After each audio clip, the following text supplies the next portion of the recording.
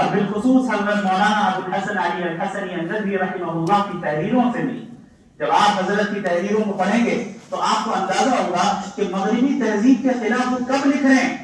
ایسا محسوس ہو رہا ہے کہ شاید آج کے لیے وہ لکھ رہے ہیں.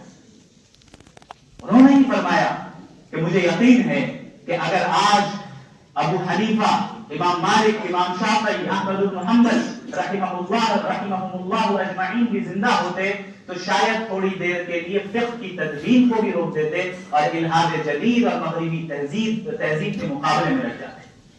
حضرت نے یہ فکر دی، حضرت کی تحریروں سے یہ فکر ملی، ندوۃ العلماء سے یہ فکر ملی. پھر اس فکر کو لے کر میں آگے کچھ کام کر پایا اور کر رہا ہوں. اللہ رب العالمین سے دعا گو ہوں کہ اللہ مجھ سے بھی اور آپ سب سے دین کا کام دیتا رہے.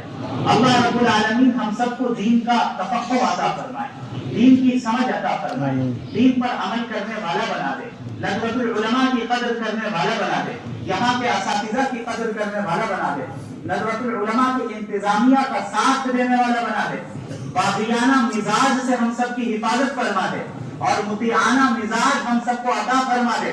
اور اللہ رب العالمین ہم سب کو قبول فرمائے اس دنیا میں بھی اور آخرت میں بھی. میں سمجھتا ہوں کہ ضرورت سے